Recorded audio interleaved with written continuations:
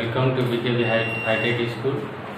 आज हम लोग 10वीं कक्षा के भौतिकी का दूसरा पाठ करने जा रहे हैं, प्रकाश का अपवर्तन, जिसमें आज हम लोग चर्चा करेंगे प्रकाश का अपवर्तन क्या है अर्थात परिभाषा। उसके बाद विभिन्न माध्यमों में प्रकाश की चाल का हम चर्चा करेंगे और फिर चाल के दृष्टि से हम लोग माध्यम की चर्चा करेंगे कि माध्यम किस प्रकार से हो सकते हैं, और उसके बाद कुछ प्रकाश के अपवर्तन की व्याख्या हम निम्न बिंदुओं से करेंगे। तो सबसे पहले मैं पिछले वीडियो में बेसिक में मैंने समझाया है कि प्रकाश का अपवर्तन होता क्या है। एक्चुअली कल मैंने आप लोगों को दिखाया था एक ब्लॉग बनाकर, और इसको मैं चर्चा किया था कि जब हम खाली स्थान से जाते हैं और घने स्थान में जाते हैं तो दोनों में चाल और दिशा में अंतर होता है। यहाँ पर हालांकि हम चाल और दिशा दोनों की बात करेंगे, ठीक है। तो ये देखिए, ये जो है एक तरह से हम कह सकते हैं विरल है, और यह क्या है, आप खुद भी जब खाली स्थान से दौड़ कर जाते हैं तो भीड़ भाड़ में जाते हैं तो चाल आपकी धीमी पड़ जाती है और क्या हो जाता है, दिशा में भी परिवर्तन होता है। हम समझते हैं कि प्रकाश कुछ नहीं है, प्रकाश तो दिखाई तो देता नहीं है, खुद दूसरों को दिखाएगा ये कि यहाँ पर प्रकाश आ गया, लेकिन बीच में प्रकाश दिखाई देता है, प्रकाश दिखाई नहीं देता है। तो प्रकाश कुछ है नहीं, न प्रकाश का वेट है, द्रव्यमान भी नहीं है, उसका कोई भार भी नहीं है कि नहीं। भार रहता तब ना हम समझते हैं कि कुछ होता है, या प्रकाश किसी पर दबाव डालता तब ना हम समझते कि प्रकाश भी कोई चीज़ है, ऐसे तो हम समझते ही नहीं। लेकिन प्रकाश भी या सनलाइट कहिए या बल्ब से निकलने वाला रोशनी कहिए या कोई भी लाइट की अगर बात करें तो कुछ नहीं, तो हम उसको नगण्य मानते हैं भार। आखिर कुछ नहीं तो उसका कुछ न कुछ तो वेट होता ही है। एनर्जी सिर्फ इसलिए मान लेते हैं कि उसमें सिर्फ कार्य करने की शक्ति है, इसके अलावा उसका हम वेट को काउंट नहीं कर सकते हैं, है ना। उसका कितना स्पेस लेता है, स्पेस का काउंट नहीं कर सकते हैं, कितनी मात्रा में उसकी गणना नहीं कर सकते हैं, जैसे चावल गिन लेते हैं उसी तरह प्रकाश को हम गिन। तो ये सब गुणों का अभाव रहता है प्रकाश में, इसलिए हम लोग उसको एनर्जी मान लेते हैं कि वह सिर्फ और सिर्फ क्या है, ऊर्जा है, उसमें कार्य करने की क्षमता है, बस यही ऊर्जा है और प्रकाश ऊर्जा है। लेकिन जिस प्रकार से हम दौड़ते हैं और विरल और घना में प्रकाश की हमारा चाल और दिशा बदल जाता है, उसी प्रकार से प्रकाश का भी दिशा और चाल बदलता है। और इसी के कारण देखिए, जिस माध्यम में जिसमें प्रकाश चलेगा उसको उसका माध्यम कहते हैं। जैसे अभी यहाँ पर देखिए, हवा में प्रकाश है, वायु में प्रकाश है ना, तो प्रकाश का माध्यम क्या है, वायु है।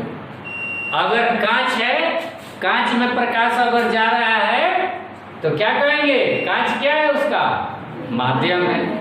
जल में प्रकाश है तो जल भी क्या है, उसी तरह निर्वात भी एक माध्यम। निर्वात मतलब कुछ नहीं, वायु भी नहीं, वो भी एक, उसमें भी प्रकाश चलता है, ठीक है।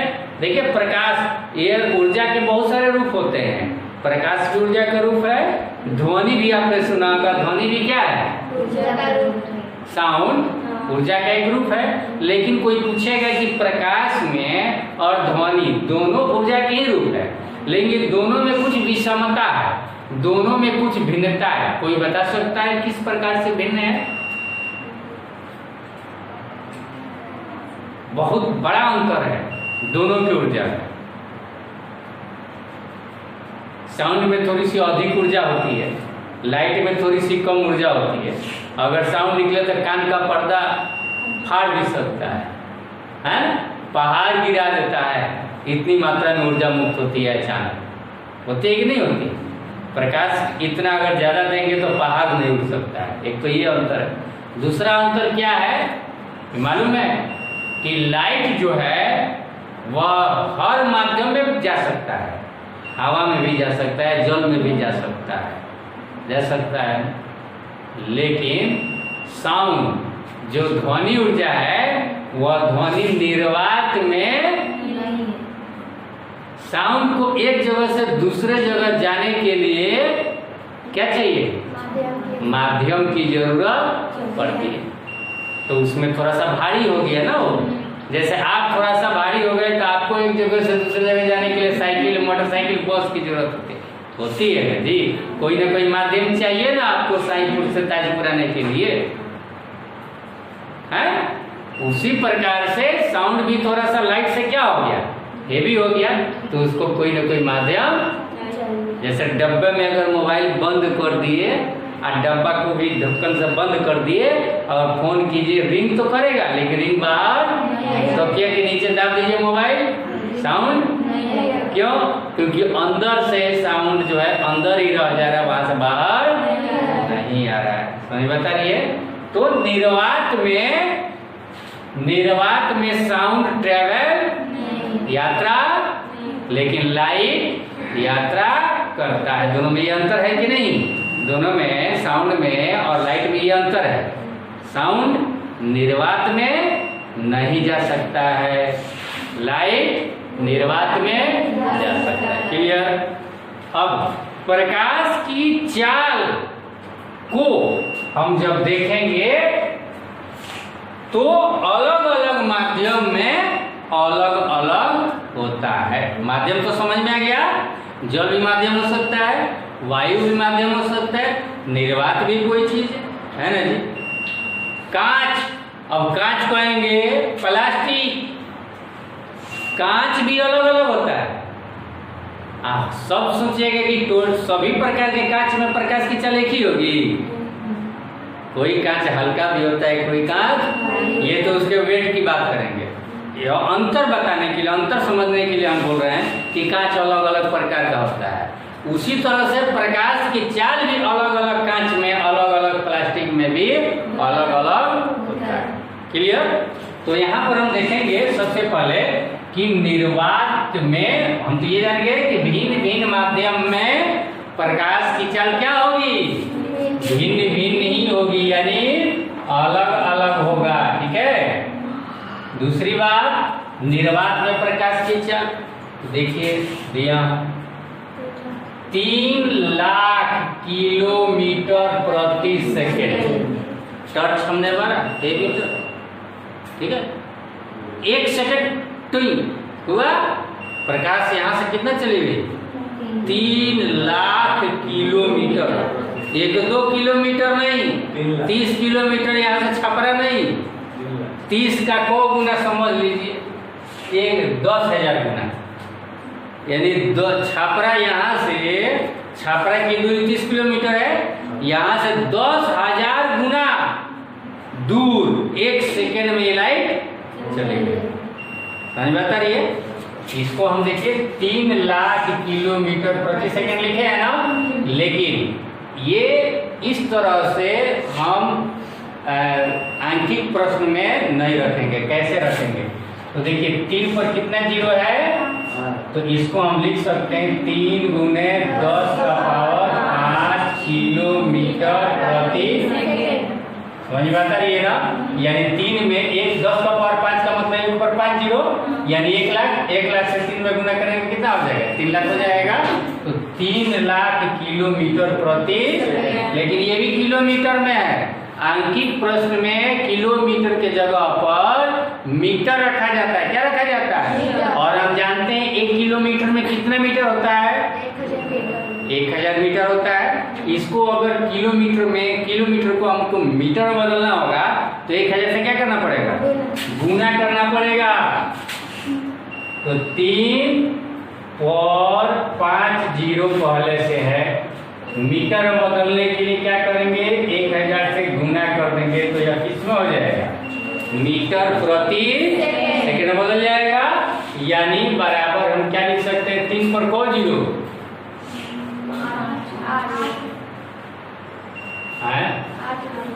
8 जीरो, 1 2 3 4 5 6 7 8 मीटर प्रति। इसको तो हम 3 लाख पढ़ लिए, जरा इसको भी देखें कि कितना मीटर है। इकाई, दहाई, सैकड़ा, हजार, 10,000, लाख, 10 लाख, करोड़, यानी 30 करोड़ मीटर। 1 सेकंड में कितना? 30 करोड़। कोई पूछेगा कि निर्वात में प्रकाश की चाल कितनी होती है, तो क्या कहेंगे? 30 करोड़ मीटर प्रति 1 सेकंड में 30 करोड़ मीटर चले जाएंगे। क्लियर? इसको अगर इस तरह से लिखना होगा तो कितना लिखेंगे? 3 गुने 10 का पावर 8 हो जीरो है ना, तो 3 गुने 10 का पावर 8 मीटर प्रति सेकेंड। प्रकाश की चाल को यही स्टैंडर्ड रूप है, यही लिखा जाता है हमेशा। ठीक है, निर्वात में प्रकाश की चाल 3 गुने 10 का पावर 8 मीटर प्रति सेकेंड। कोई दिक्कत? अब उसी प्रकार से हम जानते हैं कि अलग अलग माध्यम में प्रकाश की चाल भिन्न भिन्न होती है, अलग अलग होती है। तो हम यह भी जान लें कि जल में प्रकाश की चाल कितनी होती है। तो 2,25,000 किलोमीटर, यानी इसको अगर इस रूप में लिखना होगा तो 2.25 गुने 10 का पावर 5 किलोमीटर प्रति, दशमलव कर दिया यहाँ पर, जैसे यहाँ पर दशमलव किया 3 के बाद, उसी तरह 2 के बाद 5 को अंक हुआ ना। या इसको अगर मीटर बदलना होगा तो 5 की जगह पर कितना करना पड़ेगा? 8, 2.25 गुने 10 का पावर 8 मीटर प्रति। उसी प्रकार कांच में, सामान्य कांच की हम बात कर रहे हैं, कांच भी अलग अलग प्रकार का होता है, तो अलग अलग कांच में प्रकाश की चाल अलग अलग होगा। ठीक है, हम सामान्य कांच की बात करते हैं, लगभग मान लेते हैं 2 लाख किलोमीटर प्रति सेकेंड। इसको हम लिख सकते हैं 2 गुने 10 का पावर 5 किलोमीटर प्रति। उसी प्रकार मीटर में बदलना होगा तो 2 गुने 10 का पावर 8 मीटर प्रति सेकेंड। Any problem? ये समझ में आ गया कि अलग अलग माध्यमों में प्रकाश की चाल अलग अलग होती है। अब बात करेंगे हम कि चाल के दृष्टि से माध्यम कैसे होते हैं। तो मैंने बेसिक बताया था, माध्यम को तुलनात्मक रूप से 2 प्रकार में बांटा गया है। एक को हम लोग कहते हैं प्रकाशतः, याद है, प्रकाशतः विरल, और दूसरे को क्या कहते हैं? प्रकाशतः सघन, है ना।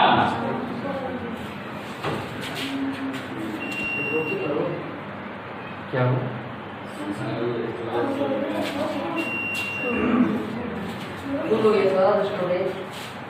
स्टोरेज वीडियो तो आज अच्छी किया हमने।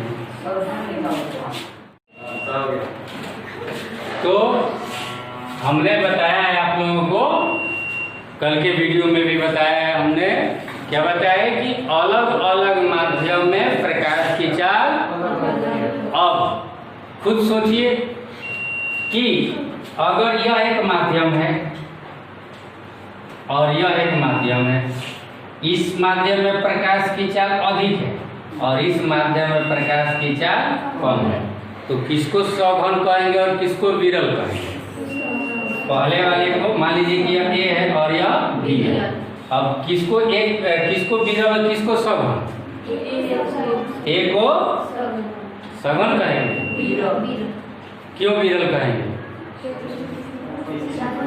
मैं बताया था खुद ही कि बताइए, अब आपकी स्पीड जब आप दौड़ेंगे तो किसमें स्थान 2 गो, एगो सघन आ गया। सघन किसको कहते हैं? घन है जैसे बाजार, और एगो रोड, खाली रोड, विरल।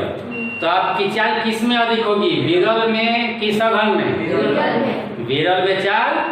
और मैं कह रहा हूं कि ए में प्रकाश की चाल अधिक है और बी में इसकी अपेक्षा प्रकाश की चाल। अब बताइए कि कौन प्रकाश का सघन है, कौन प्रकाश का विरल है? ए प्रकाश का विरल। ए जो है प्रकाश का विरल है और बी क्या है? प्रकाश का सघन। अब समझ में आया?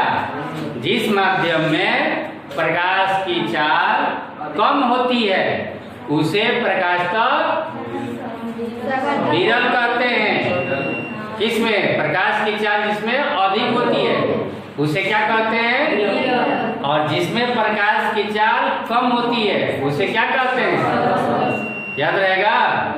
जिसमें प्रकाश की चाल कम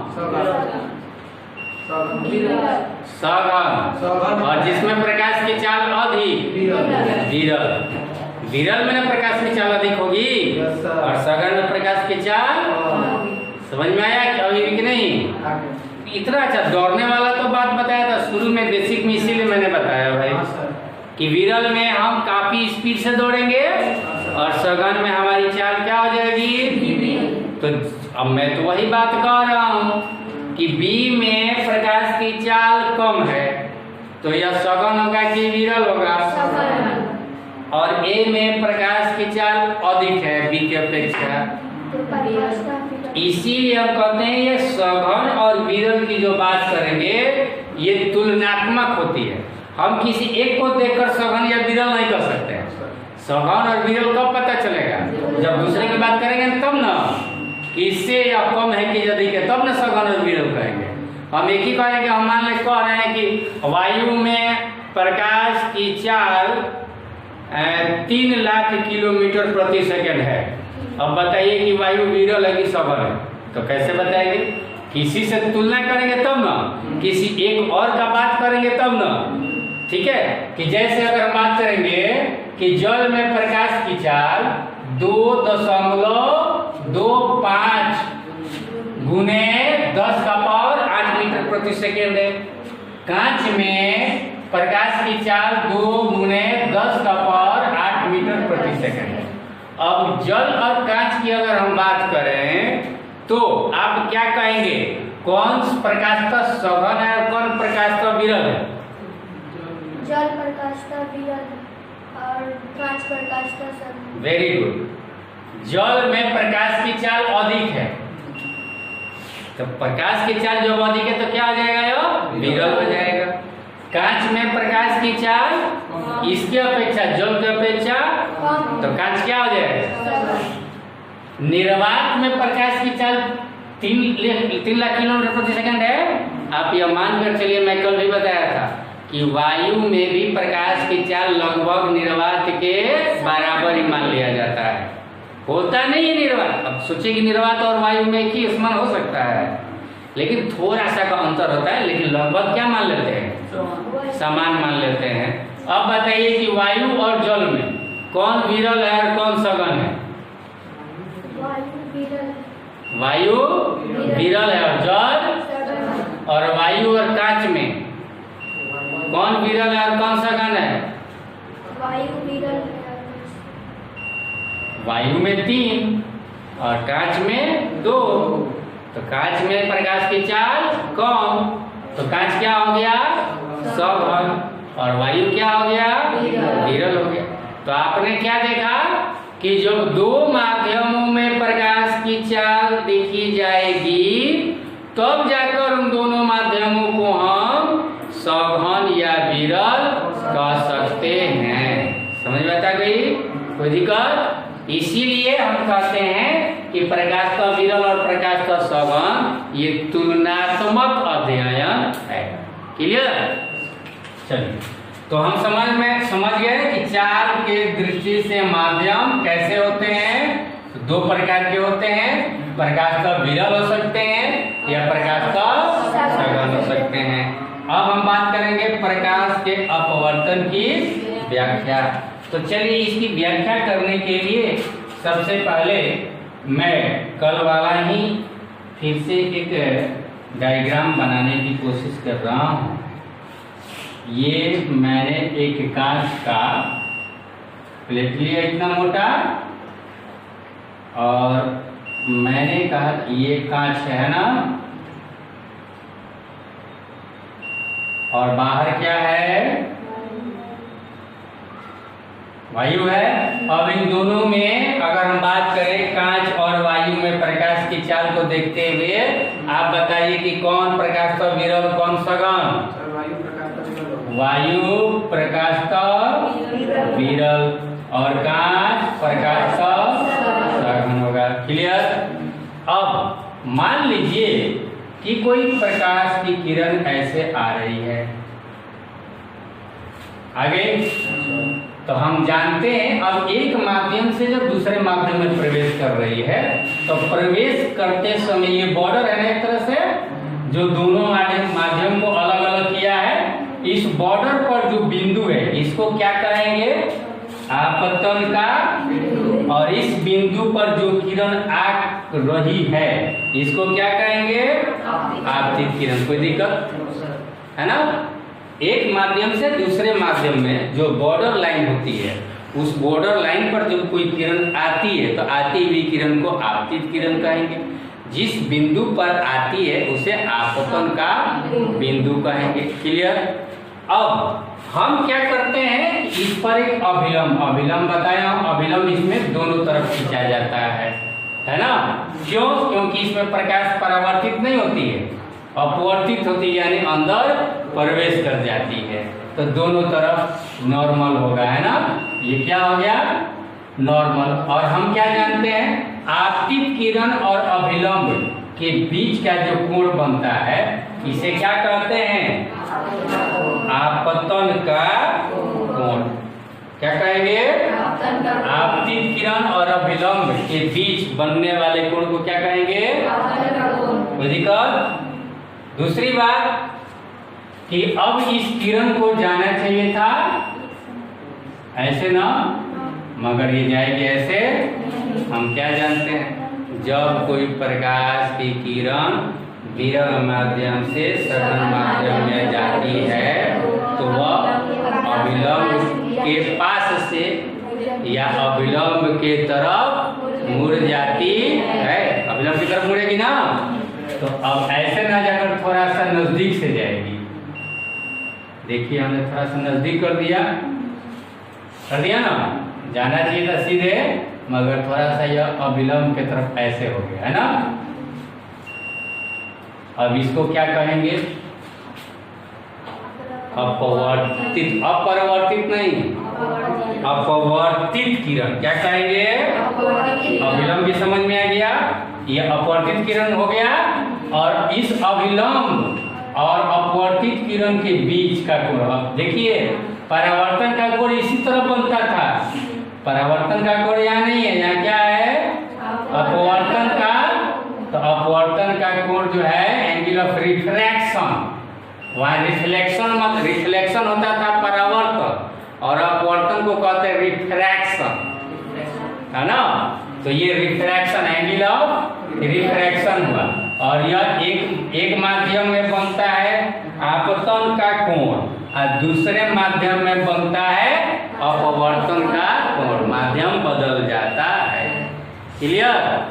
अब ये समझ में आ गया, आपतन का कोण अपवर्तन का कोण भी समझ में आ गया। अब पुनः हम बात करेंगे, क्या ये प्रकाश की किरण इसी कांच में ही रह जाएगी? कांच से बाहर भी निकलेगी? तो कांच से बाहर निकलेगी तो कैसे निकलेगी? यहाँ का माध्यम फिर बदल रहा है, फिर इसके लिए बॉर्डर लाइन हुआ। अब इस बॉर्डर लाइन के लिए यह आपतित किरण हुआ, यह आपतन का बिंदु हुआ। फिर इस पर क्या करेंगे? अभिलंब खींचेंगे। अभिलंब खींचेंगे तो हम क्या जानते हैं, ये जाना चाहिए था ऐसे, है ना? मगर चूंकि यह विरल माध्यम प्रकाश का सघन है और बाहर कैसा माध्यम आ रहा है? विरल वायु है, इसलिए सघन माध्यम से जब विरल माध्यम में जाएगी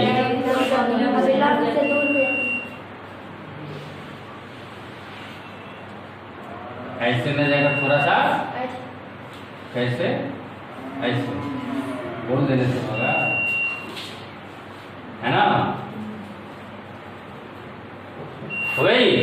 तो इसको क्या कह सकते हैं आप? इसको कहेंगे यहाँ पर फिर आई, और ये क्या बनेगा? आर, यानी अपवर्तन का कोण, और ये और ये क्या आपतन का कोण, और ये अपवर्तन का, और ये अपवर्तित, लेकिन अब इसे अपवर्तित किरण नहीं कहेंगे। फाइनली वायु से गया था कांच में और कांच से गुजरते हुए फिर क्या हो गया, वायु में ही आ गया। अब इस किरण को याद रखिए निर्गत किरण कहते हैं। क्या कहते हैं? फाइनली जो फाइनल होकर निकलेगा अब उस किरण को क्या कहेंगे? निर्गत किरण। ठीक है। और जब एक ही माध्यम से होकर जा रहा है तो याद रखिए ये जो ओरिजिनल जो आपतित किरण था, ओरिजिनल आपतित किरण दिखाई दे रहा है, तो इसको अगर आगे बढ़ाएंगे आप तो थोड़ा सा हट कर इसी के समानांतर ही जाए। ये भी कमाल का चीज है, यह है ना, दिखाई दे रहा है। ऐसे हमने आगे बढ़ाया तो क्या दिखा कि जहां निकलना चाहिए था इस रास्ते से, लेकिन इस रास्ते से नहीं निकला ना, थोड़ा सा हट कर विस्थापित होकर निकला, समानांतर ही निकला। इसके तो कितना विस्थापित हुआ है, इसके बीच कुछ न कुछ दूरी तो होगी कि नहीं, कुछ न कुछ दूरी होगी। ओरिजिनल जो निकलना चाहिए था किरण उससे और ये जो निकला है उससे, इन दोनों के बीच में कुछ दूरी होगी। उस दोनों की दूरी को हम कहते हैं पार्श्विक विस्थापन। क्या कहते हैं? पार्श्विक विस्थापन। ठीक है, पार्श्विक विस्थापन।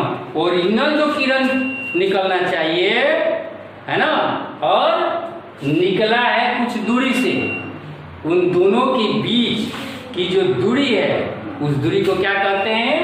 पार्श्विक विस्थापन। अब हम बात करेंगे नियम की। अब मैं क्यों बात करूं? नियम की तो बात आप ही ने कर लिया।